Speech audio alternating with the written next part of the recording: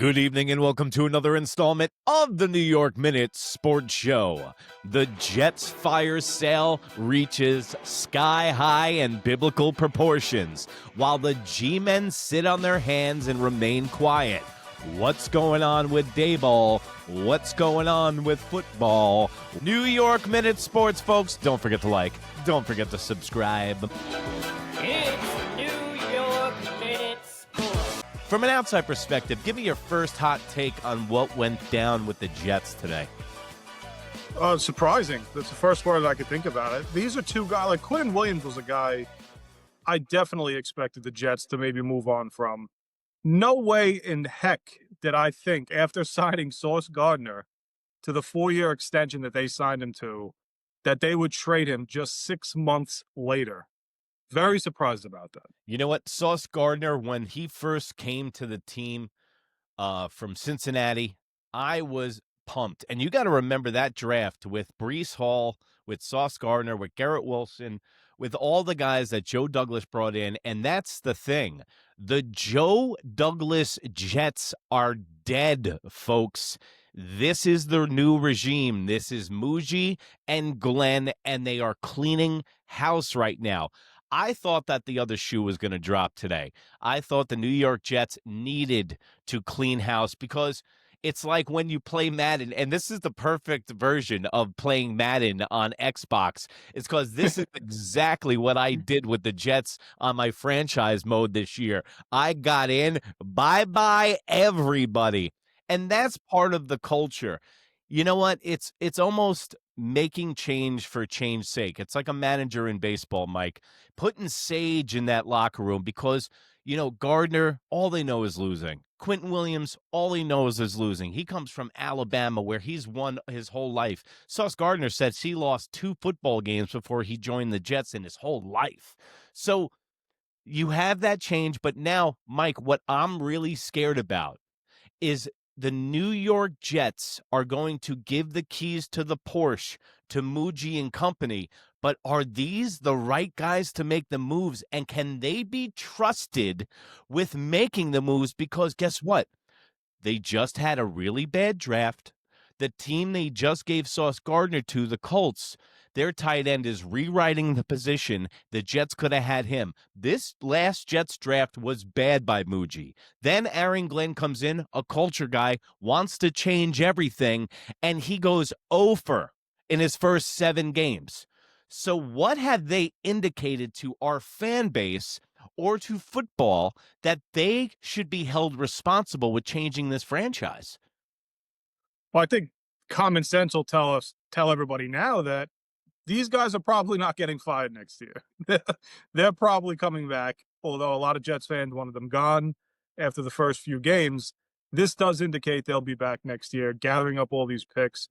The easy part's done, right? That's what I want to know from you. I'm like, the easy part is done. It's easy to trade away the player to get the good draft pick. That's the easy part because the Jets developed Gardner, Quinnen Williams to perennial Pro Bowl, even though Pro Bowls are really useless, but still Pro Bowl, All-Pro type players. Yeah. Is there any confidence from the Jet fan that they're going to put these draft picks in a positive way onto this franchise? No. And this is like, see, this is why I'm torn, because if this was the Green Bay Packers making this move for Micah Parsons or that trade, I would be steadfast in my confidence in my franchise. But I have no reason to be confident in any of these guys. Pretty much, this is like giving out silver coins for scratch-off tickets. And you don't know even if the guy knows how to actually scratch off a scratch-off ticket. So, yes, do we love the draft pick? The draft pick is so sexy. Like, I went right to ESPN, started looking at college players that we're going to be able to draft in the first round. I mean, because that's all it is. You watch football till October as a Jet fan, and then you start looking at mock drafts, and Mel Kiper comes out of his sarcophagus with that haircut he's got, and he's like, you know, I'll tell you. So the Jets, man, are a liability. But the greatest thing about this whole story is, bro, so I broke my streak. I don't buy jerseys. I know that you're a jersey guy because actually you're a little bit of a bigger guy, so it works, right? Me, I went out, we got Sauce Gardner, and I was like, this is my guy? A guy named Sauce playing in New Jersey, okay, on Sundays, Sunday Sauce.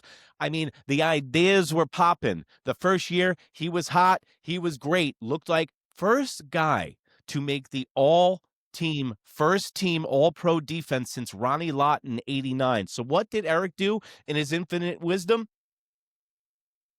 Look at me now, Mike. Look at me now. New York Minute will be having a fire sale. I'm going to give all my stuff away to the local marshals so they can sell this for $9.99 next to the Aaron Rodgers jersey. But the thing is, Mike, this is the first time I've ever had to experience this. I've never in my life had a jersey go stale because I'm a Yankee fan and they don't put names on the back. So whenever a guy leaves, you're like, oh, I'm just going to choose who I want to tell people in the audience who this jersey's for. But all my merch is Sauce Gardner, and now I'm lost. I guess I'm going to have to dye it blue. What's your excitement level on the Jets are obviously set up to be now probably the most exciting, take that for what it is, the most exciting team come 2026 NFL draft. The draft is going to revolve completely around what the New York Jets want to do. As of right now, they're going to probably finish with the top 5 pick. This opens up the door, like long-term prediction. This also opens up the door if they get the 3rd pick to trade back and gather even more picks if they're not in love with any of these quarterbacks. Do you think that this is an Arch Manning setup for 27 at all? Yes, I do. I think Woody Johnson is a star chaser. I believe that, yes, in his infinite wisdom as an owner. Yeah, Woody Johnson said that he's not going to tell these guys what to do. I bet you that lasted 3.5 weeks.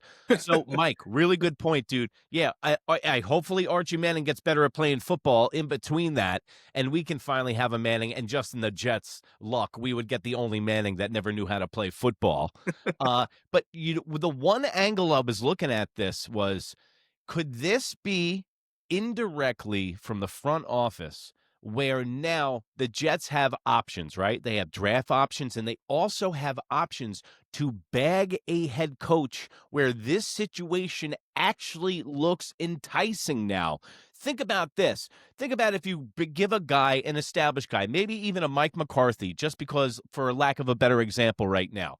But let's say you give a guy like Mike McCarthy, who has been a GM, who has been a head coach in the league, and he goes out and you're like, hey, just like Bill Parcells, you can cook the meal, you can buy the groceries, do whatever you want. Sean Payton style. It's yours, bro. Somebody's out there itching to get back in the game, like a John Gruden maybe, that you could throw the keys at to this guy and go, John, you've got 16 picks, pick your own GM, and let's run it. Because I don't trust Muji. I don't trust Aaron Glenn to implement Muji's system. And I know that we can't just keep getting rid of coaches and get rid of coaches, but I don't think this is the right hire, Mike. I don't think Aaron Glenn is the right man for the job.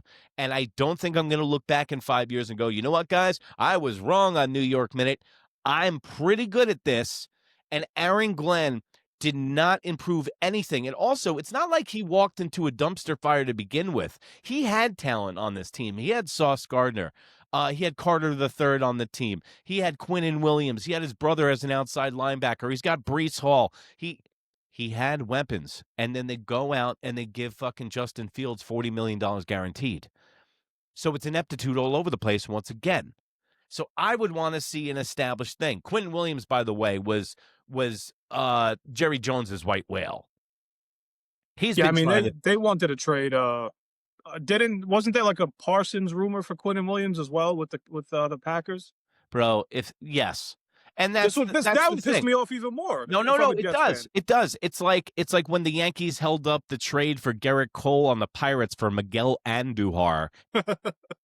It's that kind of thinking. But listen, hindsight's 2020. Yeah. But I think Jerry Jones was sitting on the sideline watching the Cowboys and Jets play, and he had a net gun, and he was gonna steal Quinnen Williams from the Jets because he said, I need that guy to play for me.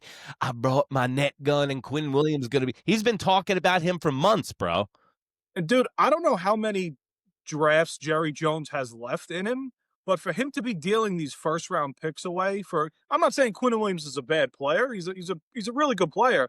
But as a Giants fan, I love what the Cowboys just did, giving away a 2027 first for a guy who they're going to stick next to Kenny Clark, who they just traded Micah Parsons for. Now you don't have a first round pick. This is all time. This trade I absolutely love a little more than the Sauce trade. I think that they completely fleeced the Dallas Cowboys. Yeah, you know what, man? And yeah, so how do you feel as a Giant fan? So you have an owner like Jerry Jones who does. It's like the Marissa Tomei, I hear the clock ticking. And it's like he hears the Grim Reapers rocking. Well, actually, I do have a theory.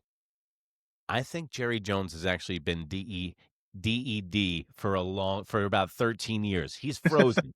This is a cyborg with Jerry Jones skin. It's going to be the first cyborg owner that they've ever had in the NFL because you know what? There's such a cheating scandal now. Now we're going to find out that the coaches are all robots. But I digress.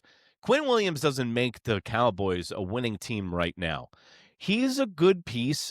I have to admit, I haven't been crazily impressed with his Jets career.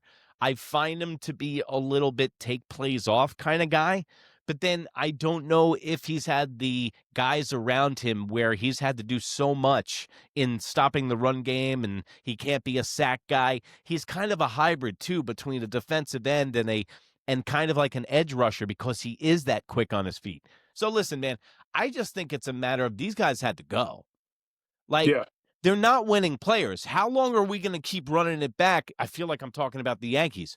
But how many times are we going to keep running it back with the same dudes and expecting different results? That's called crazy. That's called madness and insanity. And one thing that I just want to get back to the Colt trade, one thing I don't want Jets fans to gloss over, getting Mozzie Smith from the Cowboys, he's a complete waste. He's a dud. He's been a healthy scratch for a few times. But getting Adonai Mitchell from the Indianapolis Colts From Colts, is such a huge underrated move. Whether he works out with the Jets or not, this kid was a stud coming out of Texas. Yeah, keep going because I don't know anything about this guy. So please fill me in because I was seeing the trade today and I was looking that he went to Texas. It's a big program, but Mike, fill us in. It's huge. Adonai Mitchell was wide receiver 1 on Texas, and because of Xavier Worthy running the 4.2 or the 4.1 at the draft combine, he got completely overlooked. This is an elite route running wide receiver that the Jets are desperately going to need. Everyone's going to see the highlight of him against the Jets or whoever they played when he stuck the ball out to the end zone and the ball slipped out of his hand. If you're judging him by that one play, you just got to stop watching football because this kid has legit wide receiver 1 ceiling in his body. And if whether or not he comes out with the Jets with that is a whole nother story. But he's one of the most underrated parts of both of these trades. And I was looking at his size. He's 6'3", Big guy. Like an Anquan Bolden, an Anquan Bolden kind of wide receiver where he's a physical dude as the number 1. Yeah, and maybe it's a steal. And Muji has been at the dollar store, and he has been picking, like, for the dudes in the know, football heads, he has been making some decent moves with nothing. So he's been getting equity back. He's been getting guys. So even if it's a small move, he's getting better at every position, just getting better talent-wise. But man, I just don't know if I can make. And also, Aaron Glenn didn't make Sauce Gardner any better. To make that make sense, bro. It doesn't make much sense. I mean, Sauce Gardner is a tremendous, tremendous cover cornerback. Everything else that he does is his ball skills trying to intercept passes are completely below average. Tackle.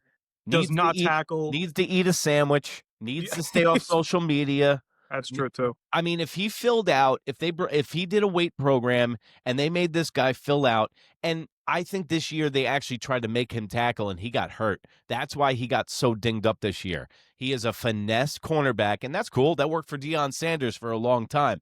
And maybe, who knows, maybe Sauce Gardner, under the tutelage of a real franchise like the Indianapolis Colts, could actually make look at what they're doing with that franchise. It's coaching all over the place. It's the GM picking talent. That's why they can get rid of the former Texas Longhorns #1 wide receiver and give it to us in a throw-in because they are that stacked on talent, and they're using your fucking former quarterback, man. You got to be dying inside. No, but one thing Oh, that no, you this got could Dart. prove, You got Dart. You got Dart. one thing this could prove is that the decision to keep Daniel Jones could possibly be ruining 2 franchises now. You know what? That's a really, really good point. Yeah, I mean, from that to the John Wayne Gacy point you made this week, you're literally cooking with Crisco. I want to tell you that. Also, Mike, you're a big football guy. I read the tea leaves in football and I do motions, but guess what? Let me ask you a technical question about football. Can we trade the owner? I don't think so, no. Okay, yeah. I just want to see. I was going through the rule book today, and it's a little wordy. And I just do the pop-up books, so I kind of just I really got bored and closed the book. So yeah, so you can't trade the owner. Good. Thank you for clarifying that. By the way, the hard-hitting news right here on New York Minute. Don't forget to like. Don't forget to subscribe. Now let's talk about the picks. Now everybody's talking about this, and that's why Uncle Erik likes to poo-poo on a good time. I like to walk in and be like, free bar? Bet you it's rack liquor. So let me poo on this shit a little bit. No pun intended. Let me poo on this shit a little bit. I Yeah. think I found something new. So let me poo-poo on this. The draft picks that we got, the Cowboys will probably be a 17th pick in the first round, and the Colts are loading up the Death Star to win the Super Bowl. So will their first round pick be a 30th pick, be a 28th pick? You better hope and pray and believe, Jet fans, that the Daniel Jones Giants shows back up and makes that draft capital plummet, baby, because you're looking at the Colts with a 7-1 record right now. That pick might be in the top 25. Yeah, and with the value for these picks are obviously going to be a little more geared towards 2027 because you don't know what the hell Dallas is going to look like. And then if the Colts are going to pay Daniel Jones big money, again, good luck to them. Give him the $40 million like the Giants did. Look how that works out for you. It will not work out well. So who knows what the Colts are going to look like next year? Those 2027 picks are going to be deadly for the Jets. But this year, having their own, and then the Colt pick, yeah, it'll probably be mid to late 20s, but this is all draft ammo that they're building up that the Jets could do so many options. They have so many options with these picks. Well, this is very similar to how they rebuilt the Jets under Joe Douglas. And we saw how that turned out. And Joe Douglas is a competent guy. Joe Douglas had good drafts. You know what, man? I'd say bring in Eric Mangini on a hand truck like Hannibal Lecter into MetLife and let him just start drafting guys like Leon Washington, like Mangold, rest in peace, like DeBrickashaw Ferguson. That was the last time we had some gritty, tough dudes. And I don't trust Aaron Glenn. And having Sauce Gardner under his tutelage and he got worse makes me nervous. Makes me nervous that every defense he went to as the defensive coordinator kind of sucked. And I saw well, they also got the second round pick this year from the Cowboys for Quinnen, which will be helpful as well. Yeah, let's go ahead. I'm sorry. Go ahead. Sorry, I saw that because I still listen to the fans sometimes. So I'm listening to my buddy Evan Roberts, who is one of the few that I still like on the show. Evan knows his shit, man. He's really good. I still like Evan. And he's the same. He's just acting the same way that you are. You're not getting psyched up about the picks. You're not depressed that you're trading the players. You're in the middle because it's still unknown. Until these picks are made, the trade will not be complete. You don't know what you're getting yet. Yeah, it's the great unknown, and that's why I call it a sexy move. Because it's like everybody wants the next Michael Vick to walk through the door on the Jets. And that's what it's going to take, man. I told everybody that will actually listen to me is that this will take divine intervention, okay? This will take us getting the next Joe Montana in literally just opposed to the Jets. Like, in spite of the Jets, we will get a generational quarterback and where he's a can't-fail dude and the Jets go along for the ride. Kind of like maybe even a Josh Allen, who we could have had. It's exactly what you need. You need a franchise. You need a culture changer. And Obviously, this guy I'm so done. With Glenn and with Muji, you just don't know if there's a culture changes yet. I don't think you think they are, but you need the quarterback to come in and change the culture. What's And wrong with me? What's literally what's wrong with me? Okay? I was driving home from the grocery store and I was thinking about being a Seahawks fan cuz I told you that's my guma, that's my side chick is the Seahawks even before the Legion of Boom. Warren Moon Seattle Seahawks. Actually the Seattle Seahawks that beat the team Bill Parcells to get them the Ray Lucas led Jets out of the playoffs. Yeah, way back in the day. So I'm thinking about being a Seattle Seahawks fan because I was like, you know what? I'm literally this is the fucking three-dimensional chess I'm playing in my head. Sam Darnold was a Jet. He left. He's amazing. The Jets are the problem. Let me be a Seahawks fan. I mean, it's not too much of a leap. no, But not at all. Great fan base too. Jackson Dart is not too much of a leap to be a fan of now, too. He just arrived. I just can't do it. I can't do it. I need to stick around and I have to watch the Jets become successful. Because no one's gonna feel it more when the team does have success than the fan that stuck it out the longest and went through all of the torture. And it doesn't, as in any league, it doesn't seem like it'll change, but in the NFL, it could literally flip at the drop of a hat. Mike, I paid $400 for my ticket to sit in the nosebleeds to watch Aaron Rodgers snap his shit. I paid $120 for a parking spot at the Jets game to watch Aaron Rodgers snap his shit. My buddy had season tickets. He got one game a year to bring his old Uncle Erik to once a year. You know who it was against? It was against the Patriots. The first game I saw at MetLife was when Drew Bledsoe got hurt and Tom Brady came in. Oh, God. And I went there 11 years in a row and watched the Jets lose every single game to the Patriots. I watched the dynasty ruin me. Then I had Herm Edwards. Hello! We play to win the games. Chad Pennington was the closest thing I've ever had to an semblance of a real decent team. Then the Jerry Rice, Rich Gannon, Oakland John Gruden Raiders would stick it to us and bend us over a barrel every year for 3 years in a row, and Curtis Martin still wakes up in cold sweats thinking about Romanowski. Then we had Sexy Rexy. We had back-to-back AFC championship games, Mike, and we were flying high. We had the Sanchez. We were going to do it finally. We had Man Genius. But what happened? We had Footgate. Rex Ryan started making foot videos with his wife, Mike. Then it all went to shit. Then we had Adam Gase come in. Any guy that walks into your office that looks like this, don't hire him. Then we had Robert Saleh. I'm too nice for the job. I know I'm forgetting a couple of guys in between there. Oh, yeah, Christian Hackenberg. Just going to throw that name out there, too. Then we get to Aaron Glenn. So do you think that they're going to do well with the picks, Mike? No. I don't try. Don't from the outside looking in. I just don't see it. Them.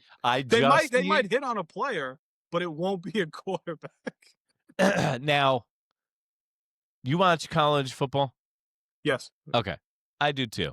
And being from New York, it's either if you're Irish, you're a Notre Dame fan because you grew up watching Rudy, or you're a Rutgers fan because Ray Rice, before he started deciding to assault people, was a great running back at Rutgers University, and that's the only two. Army, Syracuse, you could be an Orangeman, but college football isn't really prevalent in New York State. That's the long-winded point I'm trying to make. But the quarterback answer is not in the draft this year. Or as far as I'm concerned, in my Mel Kiper sarcophagus, that's not going to be the pick. The pick I'm looking at, and this ties it back into Sauce Gardner and the Jets today, Mike, is the fact that I think that they're going to get the guy from Ohio State, the cornerback from Ohio State, who looks like the next Charles Woodson. From Caleb Downs? Bro, Yeah, Bro, he's amazing. I need that dude in my life, okay? I will go get a hoodie with his name on the back to replace this, or maybe just duct tape over this. By the way, I think that's the move that they make. And I would be cool with that. That's their next Darrelle Revis. And when the Jets do have a shutdown corner, they generally play well, like Darrelle Revis, okay? Even when Aaron Glenn was on the team, 60 career interceptions under Bill Parcells, he was a shutdown corner as well. So that's when they do well. This guy, do you know that Ohio State's only let up like 41 points this year so far on Yeah. defense for the whole year? So I think that the quarterback answer isn't out there, but the guy from Indiana, there's been a lot of noise around that guy because Indiana, this just in, folks, is not a basketball school anymore. They're a football school. Yeah, I mean, he's probably the consensus number one pick at this moment. We still got what, 6 months till the draft comes, but a lot could change. A lot of Mel Kiper hairspray could change. Would you be so? You pretty much answered the question I was going to ask. Would you be angry or overreact like a lot of Jet fans will? What if they just don't happen to like a quarterback in this draft? Don't force one. Don't force, no. So you wouldn't be upset. Because it's going to wind up being Geno Smith at West Virginia again. That's forcing a quarterback move. Like, they literally held their breath until the first pick of the second round to get Geno, and they did it reluctantly. So I don't want to. I don't know. I'm torn, man. Draft quarterbacks until you got one that went like why, or just do what the Cardinals did. And also, Kyle Murray from the Cardinals' name was being thrown around for the Jets today. Well, I think Brissett's pretty much taken over the starting job, which is pretty alarming.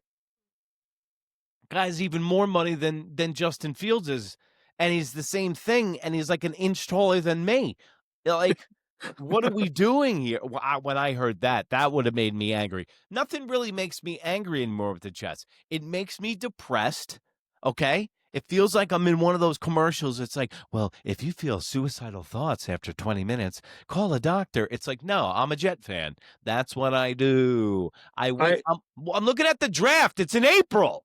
I have a long-term prediction that I made with a friend of mine. Payne? He was on the channel. You know him, Pat. Oh, yeah. Great pool. He's a big Cowboys fan. And I told him before the offseason this past year, I didn't know they were making all these picks. I think the Jets are gearing up to trade for a guy like a Prescott or somebody along those lines, an established quarterback already, to flip the switch quicker than drafting one of these kids in the draft. So a Jared Goff on the Lions. I think Prescott, he gets such a bad rep. He is a very good quarterback. No, man, I can't. Still young, relatively. No. Listen, stop trying to get fucking Dak Prescott out of your division. What are you doing here? I see what you're doing. This is okay. Yeah, I smell being disingenuous around here. You're literally trying to unload all of your problems in the NFC East onto us. Why don't we take Dak Prescott? Because he's going to look like Jeff George and Warren Moon at the end of their careers. The wheels are going to fall off on Dak Prescott so much. He is a loser player. He is not a winner. Don't give me that shit, please. You don't want him? He'd be, I mean, couldn't you draw parallels to what Vinny Testaverde was for the Jets? That's another Bill Parcells move. So is Aaron Glenn just going to completely just photocopying everything that's been done in the past? Maybe. I think he'd be a good fit. I don't believe you. That smirk on your face, I'm not believing you, Mike. And yeah, I'm looking at Quinnen Williams' face. That's what's making me There's something going on around here, and I don't like the smell of it. Well, speaking, I don't like the smell of it. What about Lawrence? I thought he was going to be gone today. Your boy, your defensive tackle. Sexy Dexy? Yeah, I thought he was supposed to be gone today. Nah, he's a part of the long-term plans here. He's been getting the first 9 games of this season have been utterly embarrassing for him, aside from one game. I'm not ready to just give there's so many Giants fans out there. Trade Dexter. People got to shut the hell up, man. They give up on these guys so fast. This guy's been an all-pro tackle for 3 seasons, arguably the best tackle in football, and they just want to give up on him after 8 or 9 games. It's just shut up. And you listen to sports talk, they're like, hey, listen, when's the last time Sexy Dexy, he could win an MVP there? I'm going to hang up and listen. Yeah. These fans are so idiotic. And then you it scream changes that you by want the the day. GM gone, but you want him to trade one of your best players. Make it make sense. That's why fans don't run the team. Yeah. That's why Brian Cashman hasn't had a losing season in 35 years. Like, I just went back and I heard this audio about Mike Francesa talking about this is the worst 90-win team he's ever seen as the Yankees franchise. He's like, he went on for a half an hour complaining like they were 15 games below 500 that year. But listen, man, were you a little surprised about how the Giants didn't make any moves today? Yes and no. I think for the people that want Shane and Daboll gone, I think this is a really good sign that they didn't pull the trigger on anything. I think for the Giants to have been acquiring draft picks might have been a sign that John Mara kind of gave them the okay that they'll be back next season. Maybe I'm hoping Mara put the freeze on them during this deadline and didn't force any crazy trades on this team, knowing that they're probably not going to be back next year. So yeah, there are players that I wanted gone, but what are you getting for Evan Neal? What are you getting for Jalen Hyatt? What are you getting for Deontay Banks? Some of the trades just aren't out there for the Giants to be for them to make. The Giants are in a much different situation. The Giants are kind of like in baseball where you're going to be sellers or buyers at the trade deadline. They're keepers. They're not doing anything. They don't need to do anything. What they need to do mostly, the New York Giants, is to get healthy. They have all the pieces. Scatterboo coming back, which I'm a little worried about his frame. He doesn't really have that crazy a burst of speed. He's really an effort guy. And with that ankle injury, we'll see how he comes back from that. But then you have Neighbors with the knee injury. Like, they have to get everybody that they got on the books, and if they can get them back healthy, I'm all about that. What I think they should have done is they should have traded Thibodeau at his highest stock that was possible. This guy's going to be wanted to be re-signed. They're not going to have the money for him. With the guy that you just got from Penn State, they're not going to be making these kind of moves. The New York Giants are going to be adding pieces. And if they were healthy and they had Neighbors and they had Dart and they had all these guys and they were going to make a run to the playoffs, yes, you would have seen some moves by the New York Giants. But I think some of the best moves are the ones that you don't make, Mike. Now, my question to you is, I'm going to draw a parallel here with the New York Jets and the Giants, is that the fact that I think Shane and Daboll are a prime example of why you're not going to let Aaron Glenn and Muji make the picks with all these draft picks. Like, Yeah. guys that you have questions about, you let them draft again, and now you're going to, like, it always made me scratch my head why they were allowed to draft this year, but it turned out it was a good draft. It was a really good draft. Yeah, it almost erases his prior two drafts from the year one and year two, which were completely horrendous. But I've said from the start, I truly believe John Mara gave these guys the okay to be back next year. I have no source or anything like that, or just to know. It's a gut feeling that I have. They have 1 year left on their contract. And I'm seeing reports now, which is really, really going to piss me off, that Joe Shane is more safe than Brian Daboll is at this point. I would be out of this world pissed off if they keep one and the other instead of just cleaning house completely. Oh, man. Now, question to you. Did Shane hire Daboll? Yeah, they came in together. They got to go together. Right after they had got to to leave go together. And then you got to choose. Then you bring in a GM and he hires the coach. Exactly. I think that's always been the best way. And just to get back to what your Daboll example was about, these are guys like they're coaching. That's Aaron Boone. That is Aaron Boone. It's always baseball season in this head, folks, by the way. New York Minute, NEWYRKMIN. But that's Aaron Baboon. He makes moves with Devin Williams and keeps bringing him in after he gives up 6 runs and keeps riding him out there and gives up 14 runs in about 2 weeks. And I just keep saying on the Yankees postgame show, it's this man coaches like he's not worried about his job. This is a man with job security coaching like this. So maybe Mara is begging for consistency. Yeah, and then you have these people. Even if it's bad. I'm not saying it's good consistency. Oh, they are consistent, but it's bad consistency. You got these people consistently shitty. Yeah. You have people saying, oh, just fire the defensive coordinator. The head coach is the reason the coordinators are here. He's the one who hires the coordinators. So Shane Bowen being here ultimately, I believe, will just mean that Dable just doesn't really think his job's on the line. Because to keep a guy like that Yeah. employed, you know what? Let's ride it out through the rest of the season because I know I'm back next year, no matter what happens. And on top of that, even more with the icing on the cake, if you fire Bowen and bring these two idiots back next year, what you're gonna have is a defensive coordinator that has to come in knowing that these two guys are on the chop block. Who the hell's gonna come in here? Because that's the problem with Shane Bowen 2 years ago. It was their 5th interview because everybody said they're gonna get fired. I'm not going in there. It's a cycle. You can't keep one and not the other. You got to get rid of everybody. Yeah, and it's like a relationship.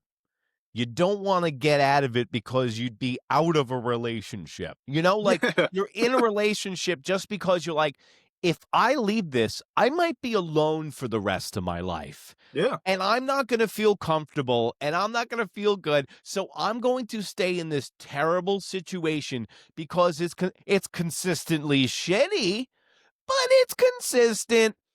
I mean, you wanna talk about consistently shitty. That's the one thing that the Jets have the market cornered on, is being consistently shitty. And you know what, though? Dude, this trade deadline never used to be a thing back No. in the day. It's really picked up steam in the recent years.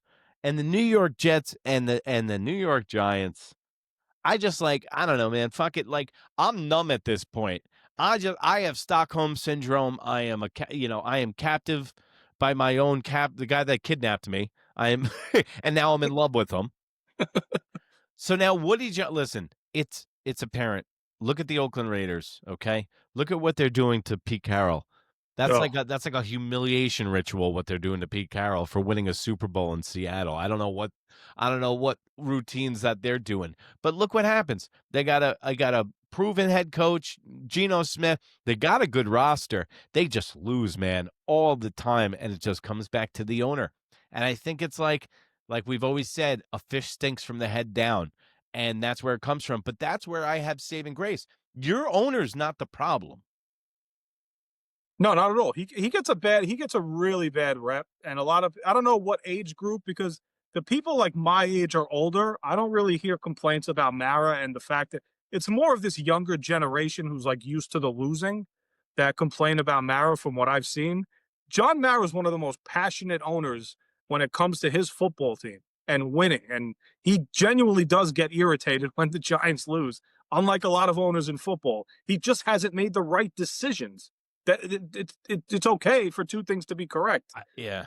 Yeah. I think you get too wrapped up in the sauce. I mean, look at that. Like, your owner, he's involved, right? So, but he does do a good balance from the Hard Knocks, from what I saw about that whole thing going down with Saquon Barkley when they were going to trade him, right? Yeah. It seems like he's like, "All right, guys, I'm leaving it up to you." Like, he knows how to defer. He knows how to be a CEO of a company, and he knows how to check his ego. A guy like Woody Johnson doesn't know how to do that.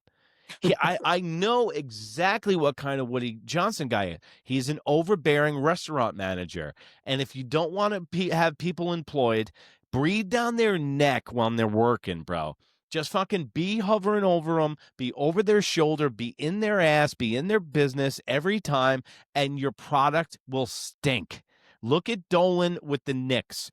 He finally let Leon Rose do his own shit, and frankly, him doing the Sphere in Vegas was probably the blessing in disguise that made the Knicks actually successful, because he was so busy playing with his toy out in the desert that Leon Rose came in and just revamped the shit. When he got back, he was like, "Oh, you remodeled my house." Then he gets back in the house and he takes a shit in the middle of the kitchen by firing Tom Thibodeau. But that's another story for another day. 2 in a row, by the way, for our Knickerbockers. Looking good, Johnny. But I mean, they should beat the Sixers and they should beat the Bulls. I hope so, yeah. But Yeah. I don't know. At the end of the day, the Jets are favored this Sunday, which is nice. They're gonna win enough How? games to get them. How? The Browns are. I mean, this Dylan Gabriel. If anybody hasn't got a chance to watch Dylan Gabriel play, he is one of the worst throwers of the football you're ever going to lay your eyes on. It looks painful It doesn't help watching him he's a throw a lefty. football. It He is always a looks lefty. awkward with a lefty. Like, but that's the thing. It's either you could look like Steve Young or Michael Vick, or you could or you could look like Scott Mitchell of the Detroit Lions in the 90s. It's either like Mark Brunell. Mark Brunell was a nasty lefty, bro. He was good. Yeah. Took the expansion Jaguars to the AFC Championship game with fucking Buscelli. Pow with the lefty, baby. And Well, listen, Coughlin. we're in a glass case of emotion. The beatings will continue until morale improves in New York football. The Giants will turn around before the Jets do. We are heading into dark waters, okay? We've gotten provisions. We still don't know if we're going to hit the end of the world like Christopher Columbus. And Aaron Glenn is the captain of this ship. Just have to laugh. Yeah, it's hilarious, isn't it, Mike? It writes itself. And why don't you go over to New York Minute on Instagram or right here on YouTube, New York Minute Sports Show, or go visit Mike on Instagram, Pudgy Boy Sports with a Z. Go talk to him and tell us how you feel about New York football. We're going to be posting all the time. We're going to be posting about the Knicks, the Jets, anybody New York, we're covering, folks, right here, New York Minute Sports and on Pudgy Boy Sports. We don't cover the Nets because they don't exist, and the Buffalo Bills play in Canada. But I digress, and remember, it's New York Minute Sports. It's New York sports for New York nuts. Don't forget to like, don't forget to subscribe, and if you can't be good, be New York football, baby. Be bad. Bye.